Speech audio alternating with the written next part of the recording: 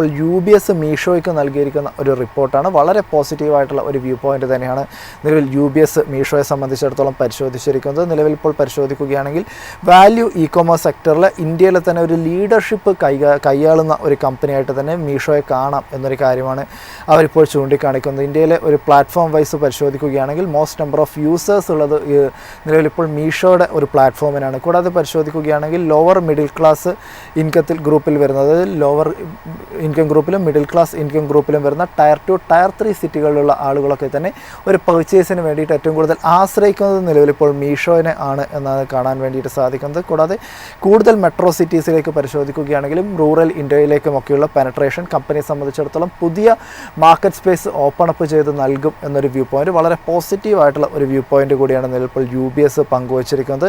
നിലവിലിപ്പോൾ പരിശോധിക്കുകയാണെങ്കിൽ long term ഗ്രോത്തിൻ്റെ ഒരു outlook വളരെ പോസിറ്റീവായിട്ട് തന്നെയാണ് കാണാൻ വേണ്ടിയിട്ട് സാധിക്കുന്നത്. നെറ്റ് മെർച്ചൻഡൈസ് വാല്യൂ പരിശോധിക്കുകയാണെങ്കിൽ 2025-30 സാമ്പത്തിക വർഷ കാലയളവിനുള്ളിൽ ഏകദേശം ഒരു 30% ഒരു വളർച്ച രേഖപ്പെടുത്താൻ വേണ്ടിയിട്ട് സാധിക്കും എന്നൊരു വ്യൂ പോയിൻ്റ് തന്നെയാണ് UBS മീഷോയെ സംബന്ധിച്ചിടത്തോളം പങ്കുവച്ചിരിക്കുന്നത്.